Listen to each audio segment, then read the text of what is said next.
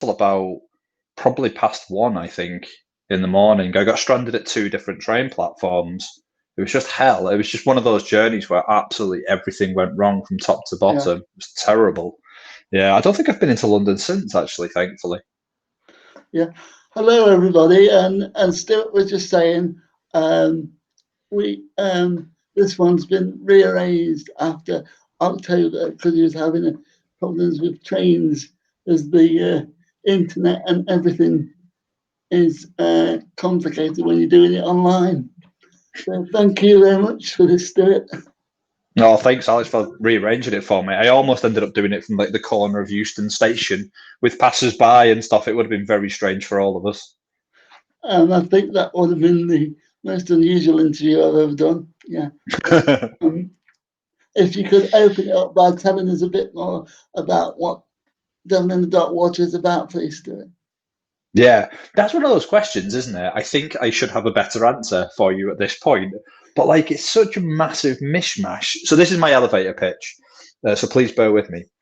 It's Devil in the Backwater. It's set in 1634 aboard a merchant vessel that's leaving from Jakarta, going all the way to Amsterdam on an 8-month voyage.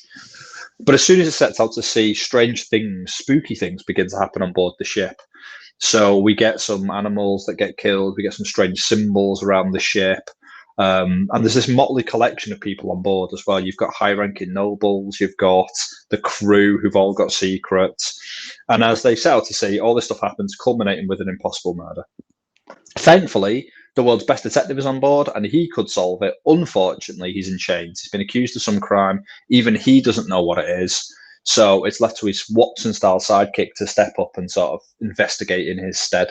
And that's like 5 pages in, and then it just shoots itself out of a cannon after that. Yeah, I think that's a good description of your style. That was definitely the case in Seven Deaths as well. Why do you like the high concept novel? I don't. Do you know what, mate? It's really odd. Like, I don't particularly think of myself as a high concept novelist. These are just the ideas that I have. Like, it's not like I've got 100 ideas and I'm sifting. I kind of do have 100 ideas, but like they're all what you would call high concept. I don't have any which are any other style. So it's not like I'm doing this on purpose. I'm not filtering out the ones where I'm thinking that would be too straightforward or that's only one genre. I just have these ideas and I write them. So for me, I'm just telling the stories that are kind of in my head.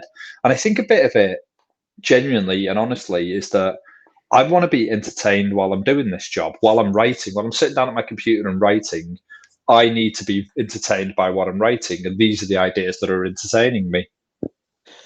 In the research for this interview, I was looking up what your titles are in different countries because the US has got a different title. So when you're interviewed in the US, how do you deal with that? Because it's a different way of tackling it. Would it have been 7.5 left? Yeah, I mean, thankfully this one is the same title in the US, so that was okay. It's weird. I just ended up calling it the Seven. So for anybody who's not aware of this, in the US, we changed the 7 Deaths of Evelyn Hardcastle to the 7.5 Deaths of Evelyn Hardcastle. We did that because at exactly the same publication date, a novel came out in the US called The Seven Husbands of Evelyn Hugo, which was a big, big title by a bigger author than me, and it kind of sucked up that title. So we had to change ours, and me and my US publishers honestly spent 3 months trading emails back and forth trying to find a better title. And it went through all sorts of permutations, and none of them were any good. And eventually, we were just knackered, and we were just like, "We'll just call it 7.5 Deaths. That'll do. That's enough. It's fine." We just gave up. Like we didn't even select the title. We just gave up on the 7.5 Deaths of Evelyn Hardcastle as the title, and it just didn't work. Like as a way of sort of it was supposed to stop people becoming confused, and all it's done is made everybody confused. Everybody asked me about it, and for like 2 years of publicity, that's what people have asked me about. I had one lovely, probably one of the festivals I met you at, actually. Yeah. Some lovely old dude came up to me and he bought these 3 books. He bought the 7 Deaths, he bought the 7.5 Deaths, which was the US edition, and he bought the 7 Husbands of Evelyn Hugo, and he thought they were a trilogy. And he'd worked out that they weren't in the end, but he bought them anyway, thinking he was going to read these three books in the same series. And then he brought them to the festival and got me to autograph them for him. It's really lovely. that must be an unusual festival story. Of course, me and you were on a table at Theakston's doing a what they call a mystery dinner. Mm. What's it like trying to solve one of those in pressure? Because I've done it a couple of times, but it must be weird as an author. I'm awful at it. Like, so it's really good fun, but I am terrible at it. It's like I'm terrible at Scrabble as well, and people always expect authors to be great at Scrabble, and I'm just not. I'm awful. Like, I can spell the words, I just can't see them when they put them on the Scrabble board. And it's the same with those murder mysteries. Like, I never ever guess them. I'm no good at them. I'm no use in those situations. But you're always first pick because people think, oh, if you can write a mystery, you could definitely solve one. I definitely can't. This is not Castle. Don't know if you've ever seen that show where it's like a mystery author who goes around solving mysteries. Or Jessica Fletcher. I'm not that guy or that woman. I just can't. It's terrible. Yeah. When writing Devil in the Dark Water, though, there's a lot of historical research needed with around the East India Company and stuff. So how did you manage that? That was really good fun. This is a weird thing. For Seven Deaths, my debut, I didn't actually end up doing a lot of historical research because that book was set in Agatha Christie time. So, and I knew Agatha Christie intimately. Like, I've read all of her novels at least 3 times. So it's all that's ingrained in me. So when I came to write Seven Deaths, I was just writing in Agatha Christie's time period, and that was supposed to encompass all the sort of like the period in which she'd written, so from like the 20s all the way through to the early 60s, and it was supposed to have elements of that. So that didn't for this one, for Devil, as you said, I wanted to get the historical details right, or at least know about them, so that when I threw them away, I knew what I was throwing away. So I did loads, mate. I went to Indonesia and to Jakarta, which is where the book is set, where the beginning of the book is set. And I had a pot around there looking for the old city that used to be there. They've rebuilt the ship, which was the inspiration for my ship, and they've rebuilt that in the Netherlands at a place called Lelystad. So I went there for 2 days and just potted around the ship and asked loads of questions and sort of like bothered anybody who was willing to be bothered by me about how you would sail a ship in 1634 and what the conditions would have been like. And that's the experience. That's the reason why Arendt in the book is a massive dude. He's supposed to be like 6.5 foot, nearly 7 foot tall. But it's because I'm 6'2" and I was on one of these ships and I'm just hunched over the entire way trying to get around, just banging my head on things. And I just thought this would be a great. I've just realised I've got a little bit of meatball sauce there, right on my. Just come from my dinner. Apologies for that. That's right there. So that was where that inspiration for that character came through, because I wanted him to make him as uncomfortable in that situation as I'd been. And then I came back to England and I spent, I'd say, comfortably a couple of weeks in the British Library, just reading over diaries and reports of like people who'd been on these ships in this period to get a feel for what the experience would have been like for them and how they would have got through it. So I love that. I mean, I love the historical research because I quite like going out and doing things. I find it much harder to sit in my room, in this room, in fact, and just write the book, because that's 6 to 8 hours a day. It's really, really, I find it really hard. I'd much rather be out doing something. Where did the idea come from? Because it's so different from Seven Deaths. I know, yeah, that was part of it, because there was a couple of things it could have been. My second novel could have been. It came from, I was in Australia. I'm an idiot. It's the first thing I should say about myself is that I am an idiot. And I do idiotic things all the time. And when I was 23, I was even more of an idiot than I am as a 40-year-old. So when I was 23, I was traveling around, backpacking around Australia. Been doing this for a year and it was time to go home. And I booked myself a flight out of Australia from Perth. And I was flying out to Singapore. This first leg of my flight back to the UK. And I booked it like 6 or 7 months in advance, right? And I just made my way around Australia to get to this place at this day.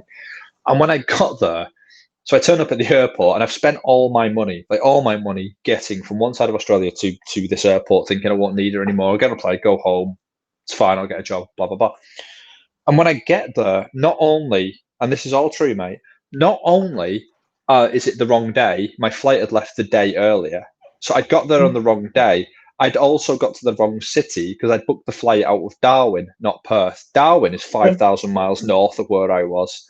This is all completely true. So I was in the wrong city on the wrong day with no money. So I had no means to get where I was supposed to be going. So they very kindly put me on standby, but I had no money. So I had to go. So I ended up pottering around the city trying to find free things. And one of the free things was the Perth Maritime Museum, which is just brilliant. It's wonderful. And I ended up spending a long time in there, and I came across the wreck of the Batavia, which happened in 1629. And the wreck of the Batavia, I won't say too much about it here because it's such a grim story. It's brilliant, but it's got the first. I'll tell the pressy of it is that this ship gets wrecked off the coast of Australia. The captain and the senior officers manage to get most of the passengers onto a string of nearby islands.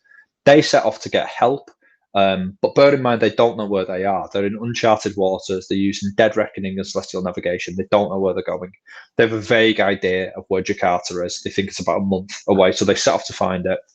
Unbeknownst to them, they leave the surviving passengers in the hands of a psychopath, history's first documented psychopath. And he proceeds to butcher and murder and maim, and worse in some cases, 125 of them in the 2 months it takes the captain to return with help. So when he gets back, there's only like 50, 60 people left of the people who survived the wreck. So I wanted, the exhibition goes into all of that, but it also goes into life at sea. It goes into how these ships work. And it was just fascinating to me. The superstition, the occult, all the things that happened in this period were just so brilliant. And so, I mean, how insane do you have to be to get on one of these boats in this period? There was no navigational, they just pointed themselves in a direction at port and followed it for about 5 months and then turned left. And then they just did that to find their way across the ocean. Like, it was, everything about it was fascinating and brilliant. And when I came, so Seven Deaths did quite well, but I didn't want to write Seven Deaths again. I didn't want to be the Eight Deaths of Evelyn Hardcastle guy. I didn't want people thinking that was what I was going to keep writing. I wanted to take a hard turn away from it and keep surprising people with the genre and keep surprising people with the period. And this was the idea that just bubbled up. I was like, yeah, that's what I'm going to do. I'm going to do something in that period. It's going to be a Sherlock Holmes style investigator. And I jammed it all together, and this is the book that turned up. When I was listening to the audiobook with the narrator, you had an interview with him at the end. What was that like in the studio, talking to the narrator? It was a bit of a trick, that, because here's another story for you. I as I have mentioned, I am an idiot. And I was supposed to go to the studio and do that interview with Julian Ryan-Tutt, who was a successful actor in a way that I am not a successful author. He's a very important, proper actor, and I am a bit of a novelist. So I was supposed to go there and do that with him, except what I'd put into my calendar was, I think it was something like podcast thing or sound thing, which I could, on the day, I could not make any sense of, and assumed someone was going to call me for an interview. And I just sat at home and did not go to the studio where Julian Ryan-Tutt was waiting to do the interview. And I just didn't go. And I got a panicked phone call from the studio at some point being like, where are you? At which point I remembered, but at which point it was much too late to go into the studio and do the interview. So what they ended up doing was he recorded his questions while he was in, and then I went in a week later and recorded the answers, but I had to make it slightly sound like I was having a conversation with him, and then they sort of dubbed it together to make it sound like we were in the same room. So I never actually met the man, which is such a shame because he does such a great job with the audiobook. He's got such a unique voice, hasn't he?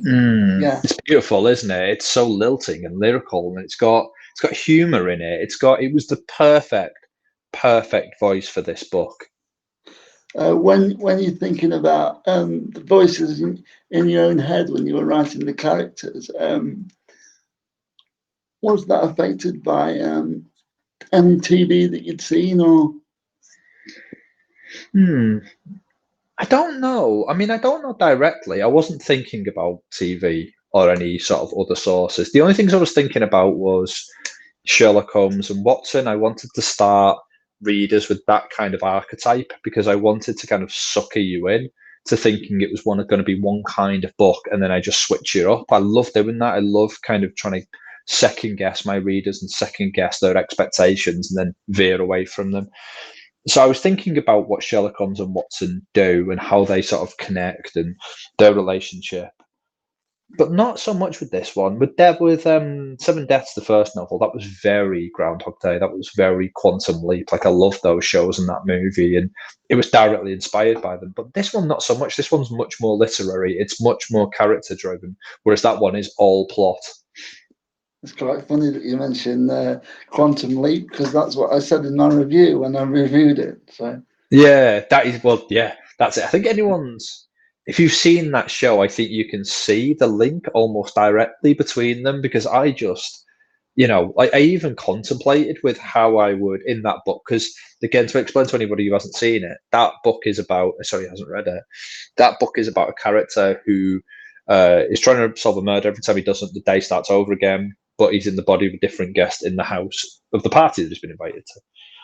And I was trying to work out all the way through that. I was trying to work out how I would portray him. Like, how would I, in the different bodies, how does he see himself? How does he interact with himself? And I was on the verge of just doing the old quantum leap. He looks in the mirror and he sees who he is, sort of things. It seemed like such a neat way of doing it. And then I was like, no, it's too much. It's too much. You can't do that. Yeah, when you were coming up with the idea for Seven Deaths, you were traveling all over the world at the time. So how did you come up with the story, and was it affected by where you were at the time? It was funny. That story for Seven Deaths was about 12 years in the making. So because I've wanted to write a novel ever since I was 8 years old. I know I wanted to write a novel because I read Agatha Christie. That's the reason why I do this job, because I read Agatha Christie from about 8 till about 10 or 11. I read them all and just loved them and just thought they were wonderful. And I wanted to write stories the way she did, of the type of stories that she wrote.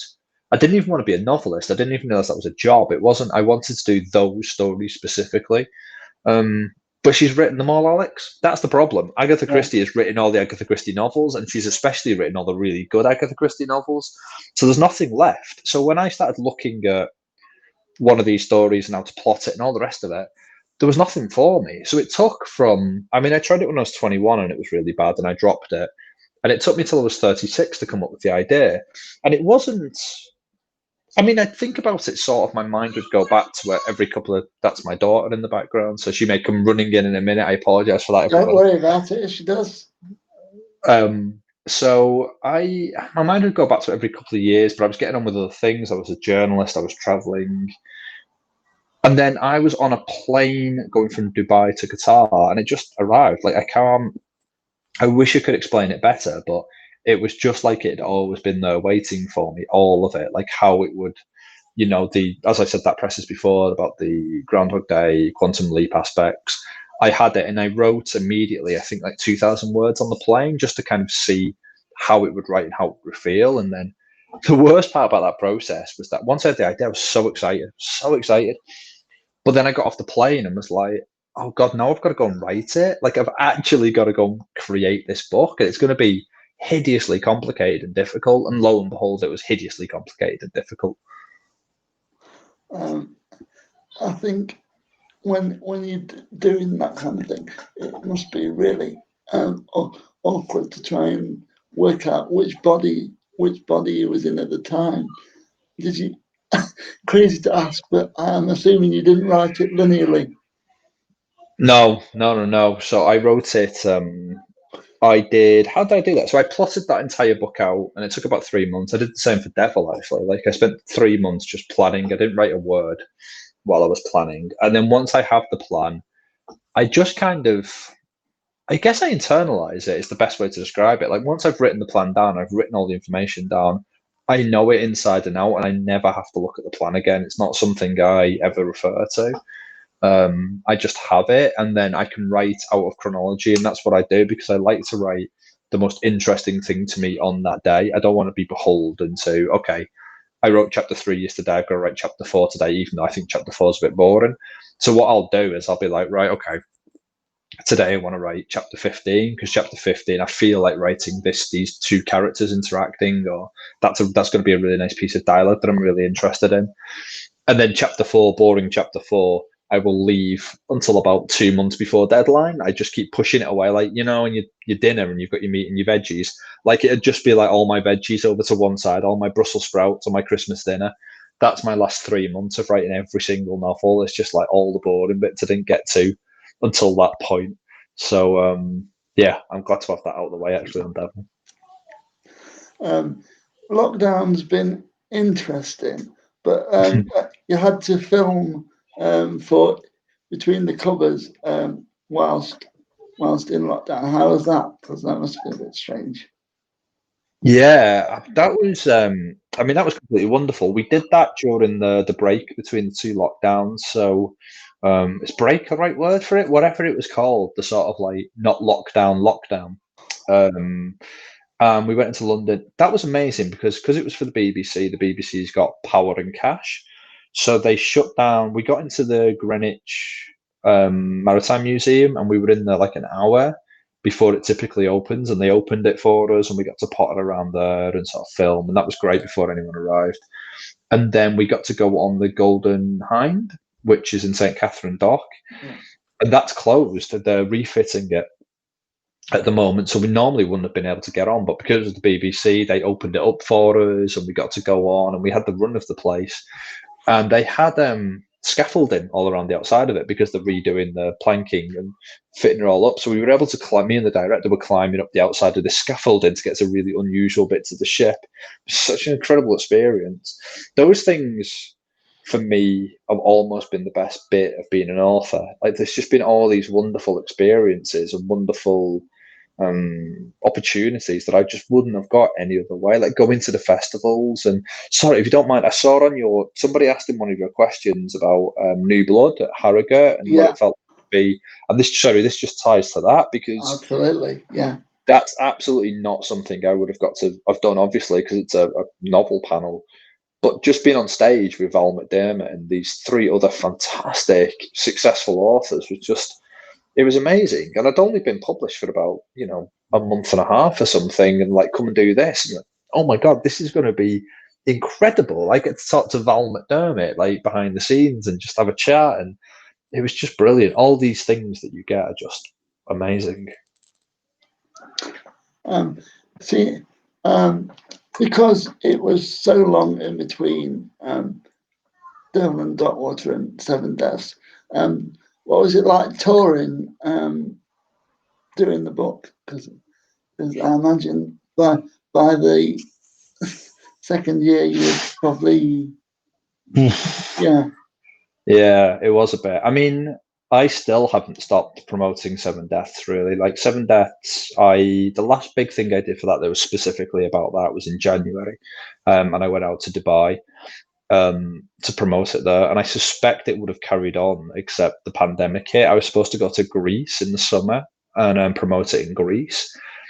So what happened is, the book, for anybody who doesn't know, we only sold the rights. My agency holds rights to the book. They sold the UK and Commonwealth rights to Raven in the UK, and then they sell the rest of the world, the rights internationally, one by one. So they sell them to Greece, they sell them to Turkey, they sell them to whoever, to different publishers.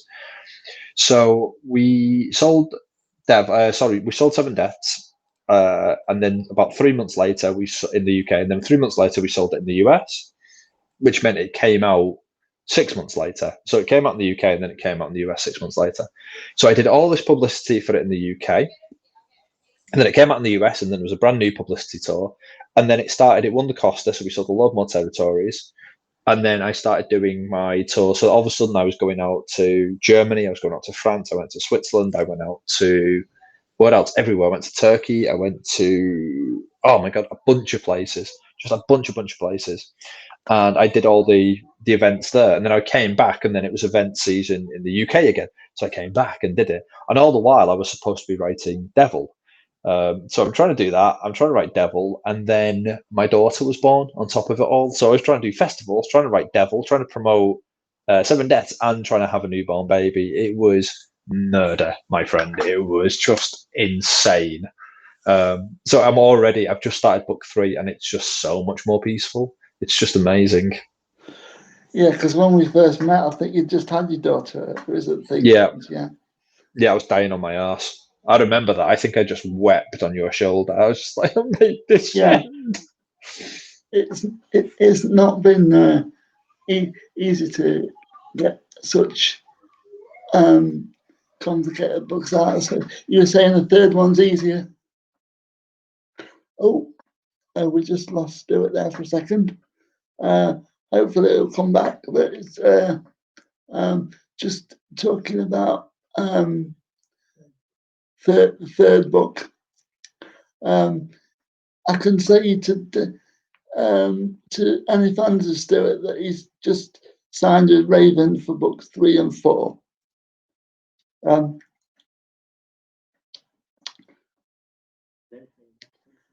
And hopefully, oh, there we go. Yeah, I was just telling the guys about books 3 and 4 and the fact you just signed with Raven where you were off then. Oh yeah, thanks. Sorry about that. I don't know what happened there. I just no problem. Seemed to disappear slightly. Yeah, I've signed another 2 books with Raven, so that's amazing because my editor there is Alison Hennessy, who is wonderful.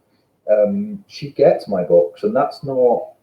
It's not when you see a book and when you get to this final product, and it feels quite polished and it feels quite like user friendly and reader friendly. That's her. So what I create is I write the plots and I got my characters and I do my best. But obviously, after 2 years of writing, I can't see for the wood for the trees. So when I give it to her, she's the one who's able to say, look, you're going to lose your reader there, or you need to remind people of this thing here, or you should need a bit of emotion there. And she gets these, what we call like high concept books. She's interested in them. They're her. She loves them as well. So I just could not have a better editor for these. I'm so happy we're going to be doing the next 2 together. What is it like editing like your books? Because it must be complicated with it. You say with a high concept and stuff, then the plot's being complicated. Is it easier working with an editor and being able to organise your ideas that way? The editing's great. I mean, I was a journalist for years, and being edited is just a massive part of journalism. It just is it's just the job, right? So you hand the piece in, whatever you've written, and it gets edited by an editor. I like it. I like that collaborative stage of editing. I trust my editors. I've uniformly had good editors. I've only ever worked for one really, really bad editor. So I love it. And when I'm working with Alison as well, we're so on the same page about what we're trying to achieve. And she reads in a slightly different way to the way I write. So she looks for emotion and the emotional truth of the moment. And she's looking for just things that I don't instinctively write to, if that makes sense. So she complements that perfectly. So I love it, mate, because when the notes come back, it feels like, oh God, yeah, of course I should have done that. Or like, that's a stupid thing to have missed, isn't it? It feels like the other side of my brain kicking in, just being like, just do this, do that, and do that. And it takes a lot of pressure off as well, because when I was writing Seven Deaths, I didn't know about this editing, I didn't know about the collective nature of it.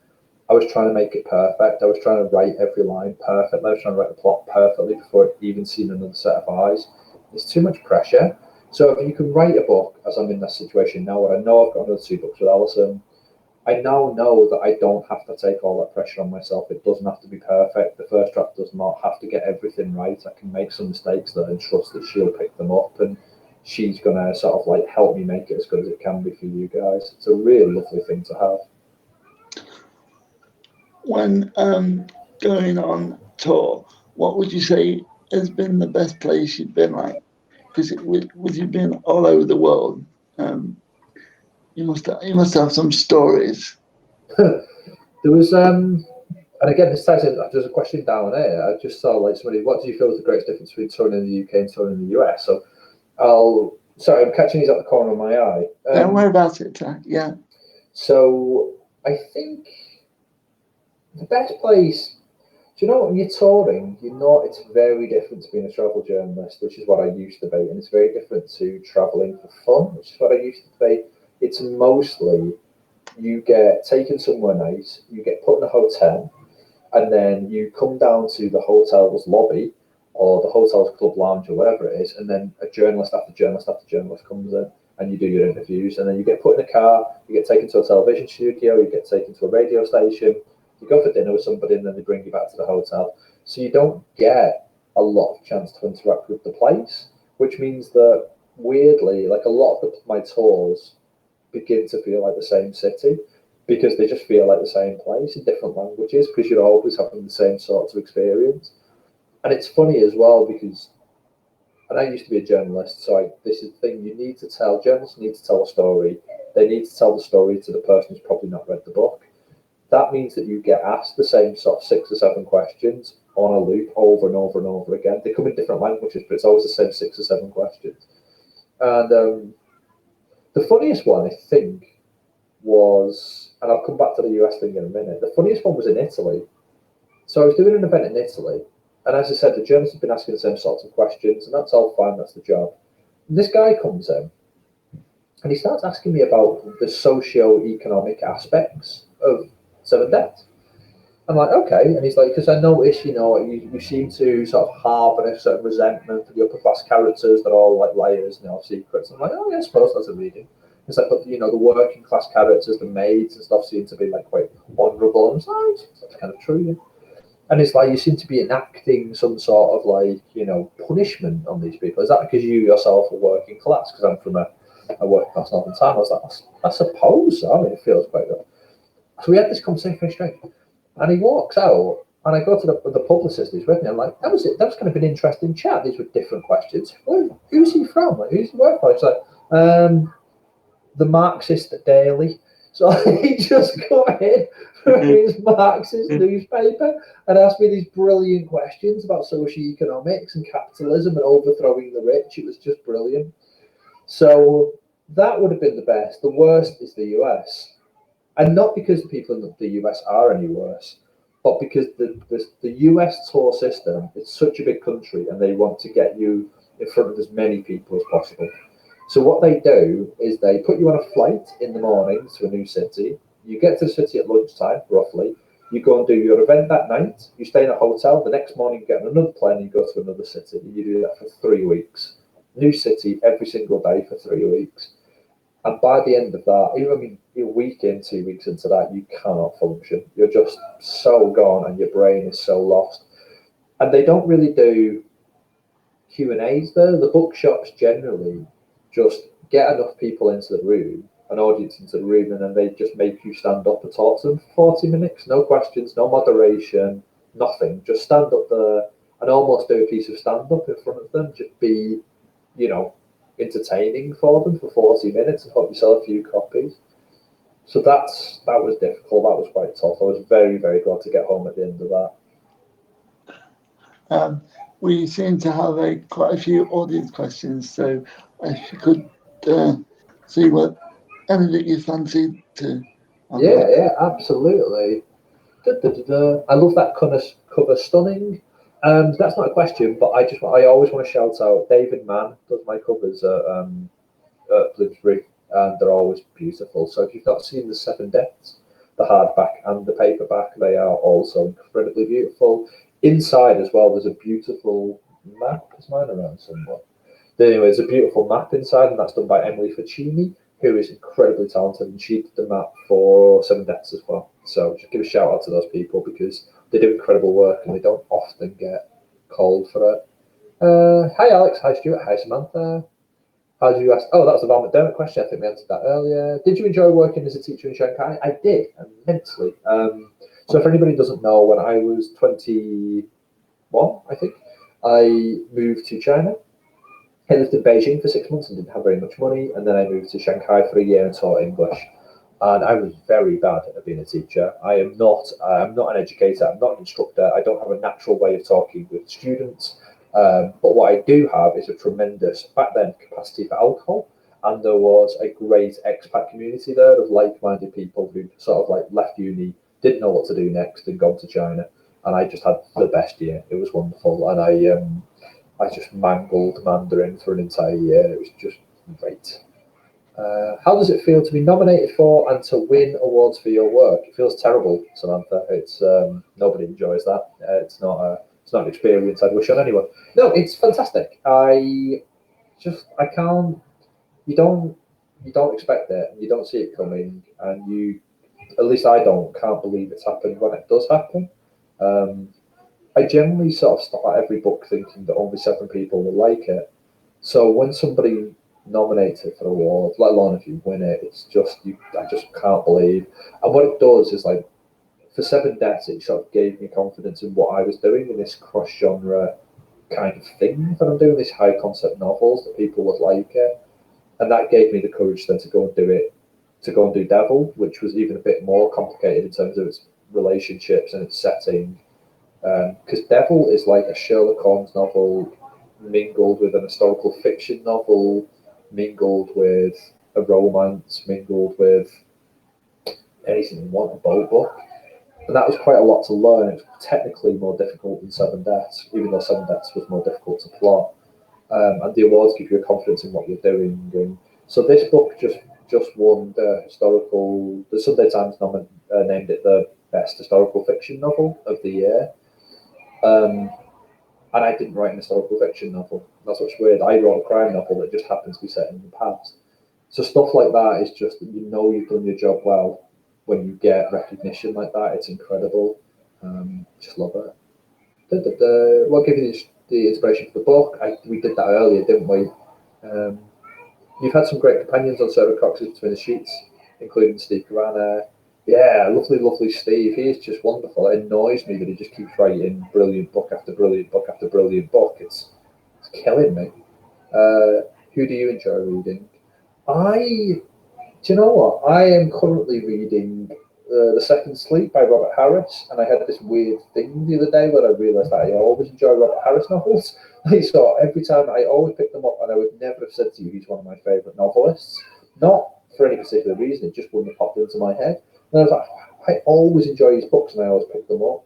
So Robert Harris at the moment, I will read anything by Arunati Roy.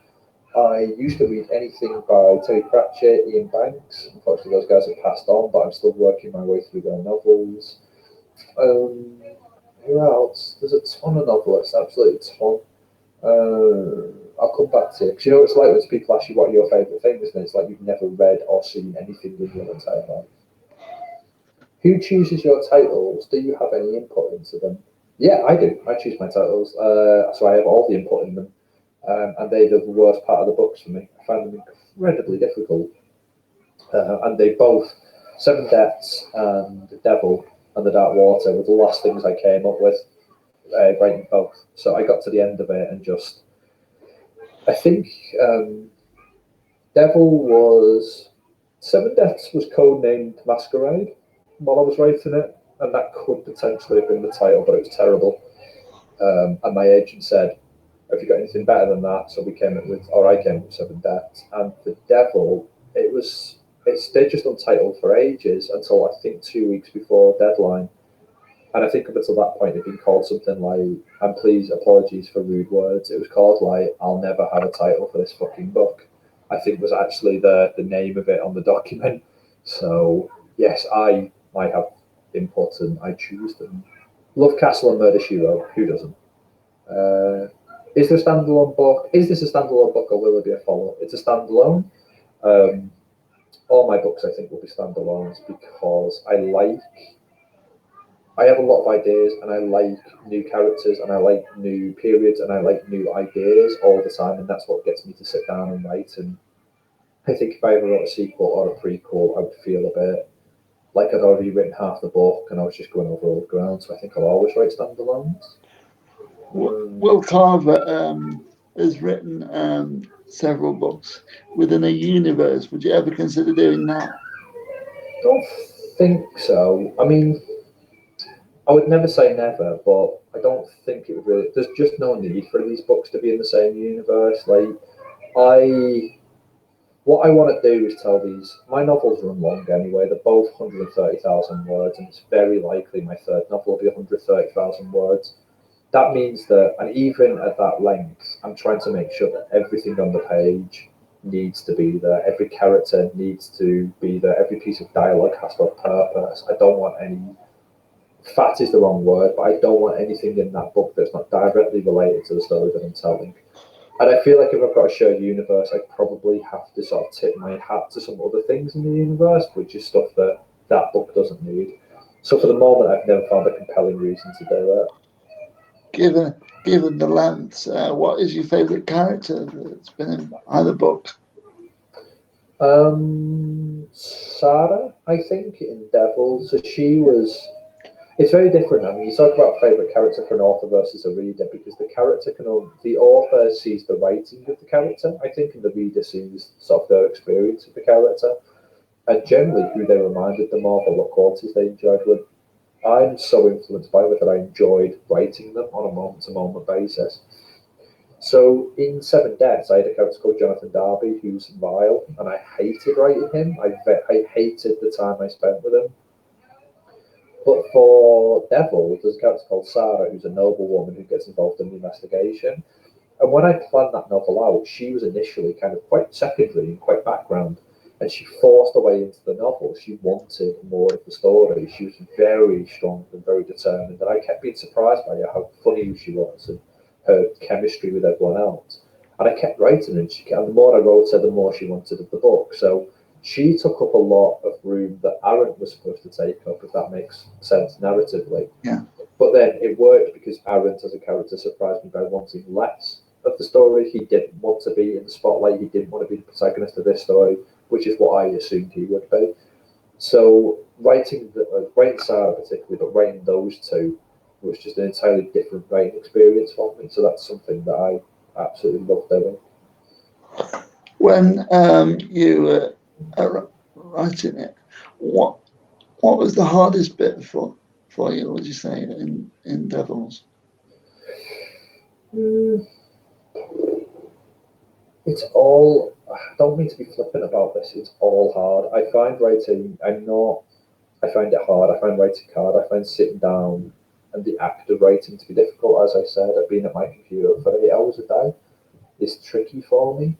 And then I'm so consumed while I write with the story that I'm telling that it's always in my head. It's always a bit of my brain that I'm not really interacting with people. So talking to my wife, talking with my daughter, there's 25% of my brain that's still thinking about my book. So I'm never entirely present while I'm writing a book, at least sort of towards the last year of it when it's really ramping up. So I know it's a weird answer, but all of it, like in a weird way, all of writing I don't like, while simultaneously loving it completely. Yeah. I just, because it takes up so much of me and my head and my time, it's quite a big thing. So I think other careers, you have a capability, you can come home and you can switch off a little bit, or you can have your weekends, or I realise this is not every career. But a lot of them you can, and this one you can't. I think being an author, you just always are an author. You're just always thinking about stories. You're always thinking about plots when you're talking to people. There's a little bit of your brain that's just been like, oh, I'll have that little personality tick, or I'll have that sort of like, I'll have that facial expression. You're always like taking things, and that little bit of your brain is always recording those things. So it's quite a weird thing. Devil's got a lot of the occult in it. Why did you go that way? Because it was part of the period. So I'm interested in it. I think it's great, but the thing that started me on that path was just when I started doing historical research. The occult was so part of it. Superstition was so part of it. So when I was reading about these boats, every sailor had superstitions. They all had like charms. They all had things they did before they got on the boat to sort of try and, ensure they would have a safe voyage. And it just became really fascinating to me. And they were still, burning people as witches. They were still defending themselves against devils. And it felt like I was never going to I probably won't ever write in this period again. And so when I think of a story, I try and get as much out of it as I possibly can. So I think like 1634, cult superstitions, devils, demons. It'd be so fun to write. And if I don't write in this one, I'll probably never get another opportunity. So I just threw myself into it. Now that you've got a contract for 3 and 4, I know that it takes you a while to come up with the ideas. How long do you think it'll take you to do number 3? Well, my deadline for it is November of next year. Now, bear in mind that I sailed past 5 deadlines for Devil. That was supposed to come out last summer and ended up coming out what was it, It came out October the 1st this year. October 1st, yeah. Like it was supposed to be out the summer.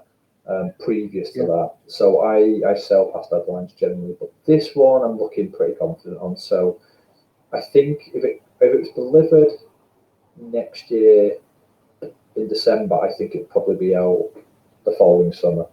I think the way publishing deadlines work. So there's going to be a little while before you can read it, but it just takes me that amount of time. I'm a slow reader and I'm a slow writer.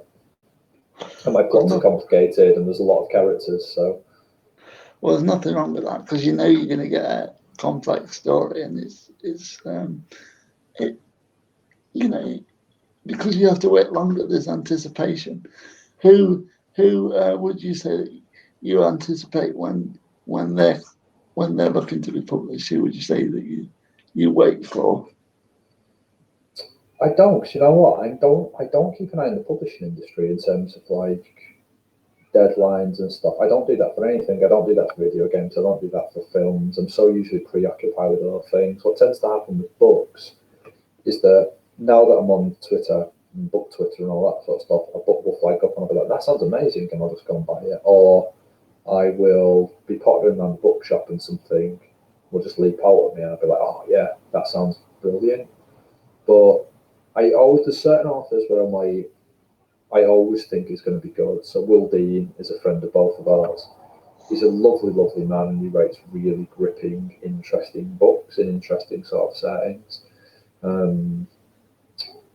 So I'd like every time he puts a book out, I'll go and find it because I just think I'm going to have a good time with that. That would be something that I'll enjoy. Same with Kaz Tudor. Same with loads of people. Laura Shepherd Robinson, she did Blood and Sugar. Sequels out. I know those books are going to be brilliant, so I will pick them up. But we're living in a golden age, dude. Like, there's just so many great authors doing interesting things in every genre. There isn't a bad genre. There isn't a genre dearth of talent in any genre. It's incredible, absolutely incredible, and horrible as an author because you want to be the only good novelist out there, you know? Yeah, complicated. When you have spare time, which you seem to struggle to get, what do you do with the family? We do everything. We live in a really nice bit of the countryside, so we're out, and like my daughter's 2.5, so she has to be outside. She has to be doing stuff. We can't possibly sit still with her. So what do we do this weekend? This weekend has been Christmas weekend, so we went out and we bought a tree and we decorated it all together, and we bought a wreath for the house, and we've been trying to teach her about Christmas because it's the first one she's totally aware of. Tomorrow we'll go for a massive hike with some friends, and we'll stop for a pub lunch somewhere in the countryside, and then we'll hike back. We just try and keep ourselves out and occupied, and try and knacker her out so she has a massive nap in the afternoon.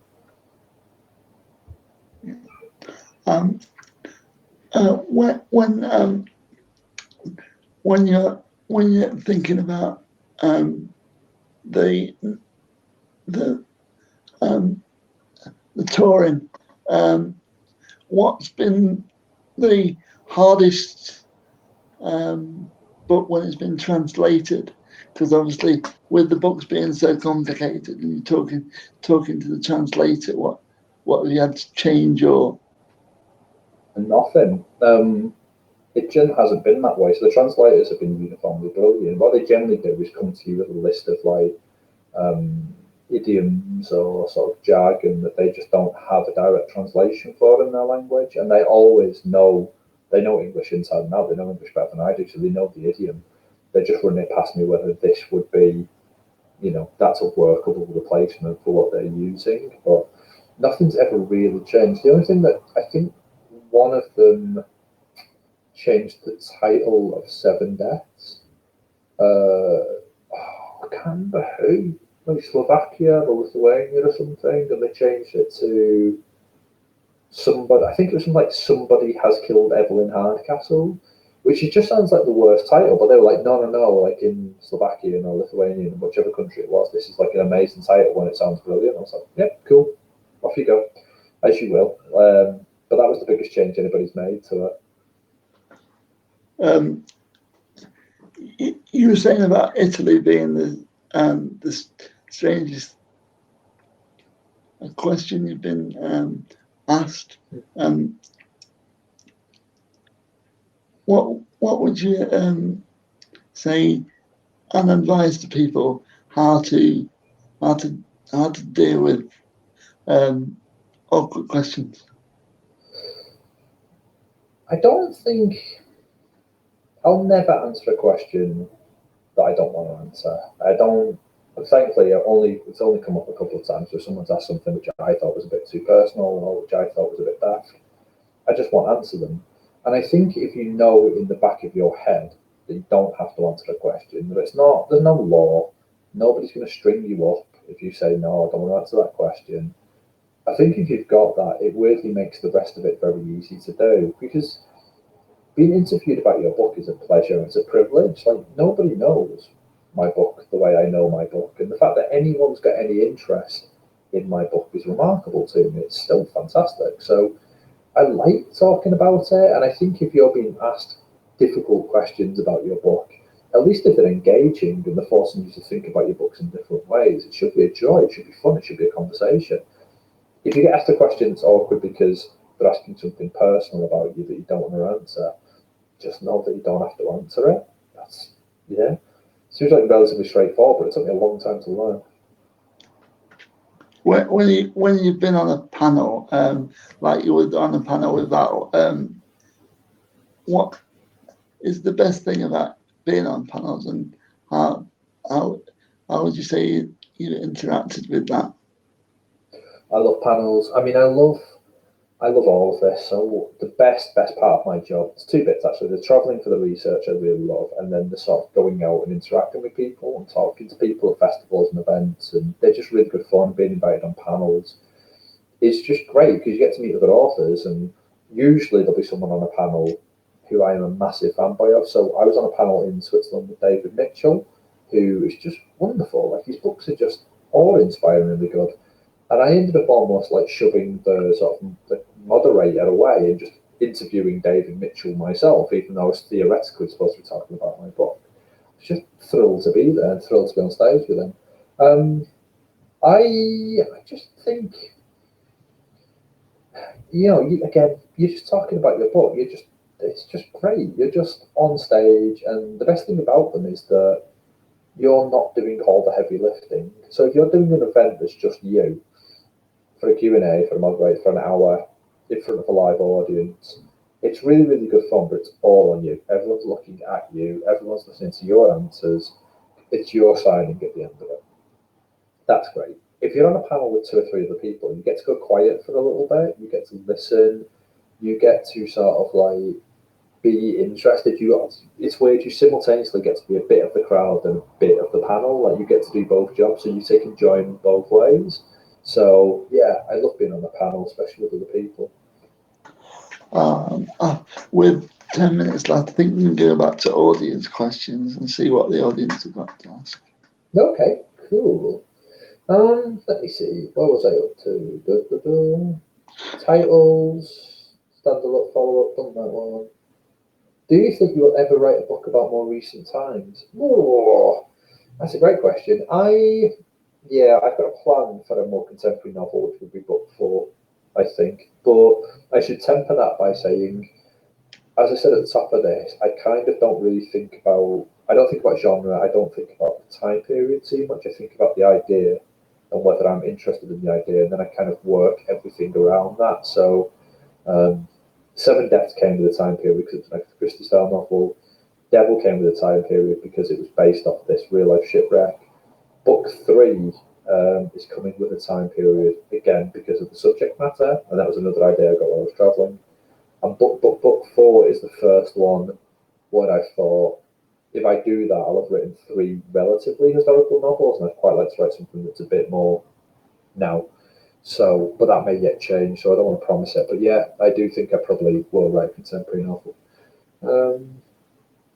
Do you write whilst you're travelling, or do you have a strict writing regime? No, I write everywhere. It's a pain.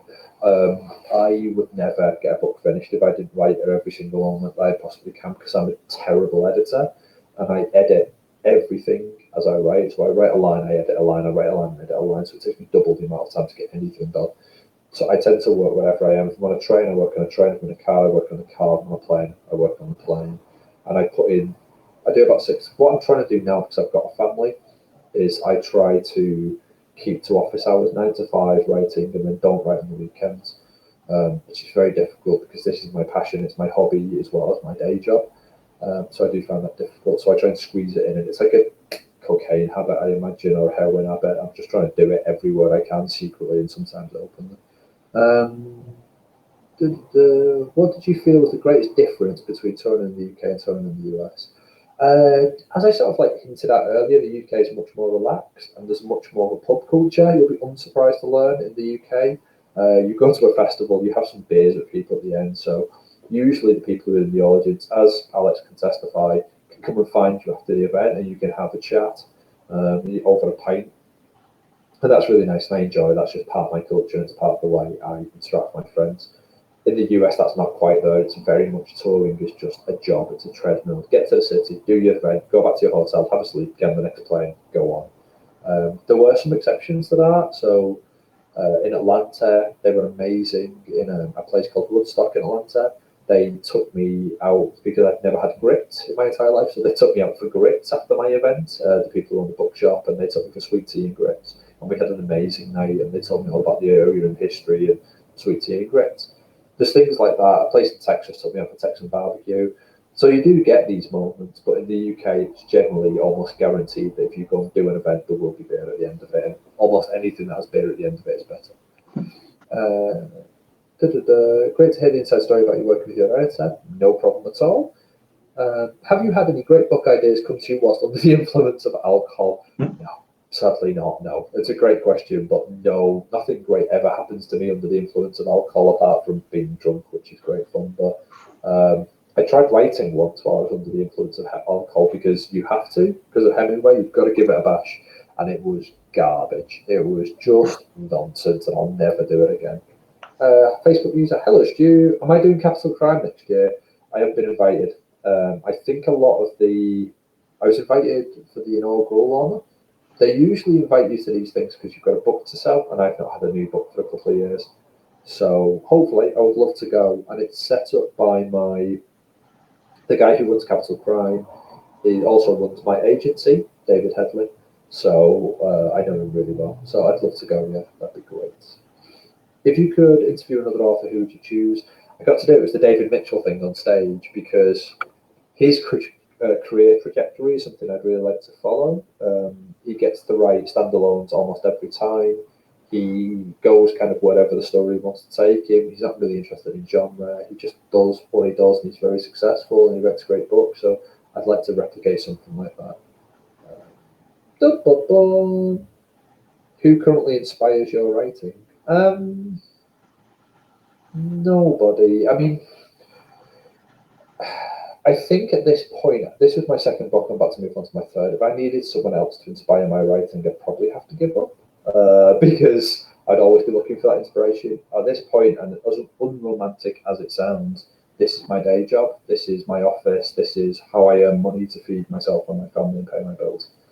So in the same way that I didn't really need inspiration to go and be a journalist to pay my bills and feed myself and feed my family, I don't really need inspiration for my writing either. I'm just kind of trying to challenge myself. Like everything I do, is that going to be interesting? Will it work? Will people enjoy reading it? Will I enjoy writing it? They're basically the questions I'm always asking myself. That was Mike Craven asking about that, Stu. Bloody hell. Hello, Mike. How are you going? I thought it was amazing, and it's, again, very annoying. Thank you both for a great interview. Really enjoyed it. There we go. I think that's all the questions in record time. Just about time. So thank you so much for this, Stu. It's been great talking to you for an hour about 2 books I've really enjoyed, and definitely going to be one of my books of the year. Thank you so much. Oh, you're such a lovely man. Thank you very much, Alex. I can't wait to see you at a festival somewhere and we'll have a pint. Probably at Fixton's next year, hopefully, if that's all going to God, I hope so. The way it is. I assume Mike will be there as well. And then, yes, we'll all have a drink. Amazing. Yeah, we'll definitely get all trolleyed. Yeah. Right, see you guys. Thank you, guys.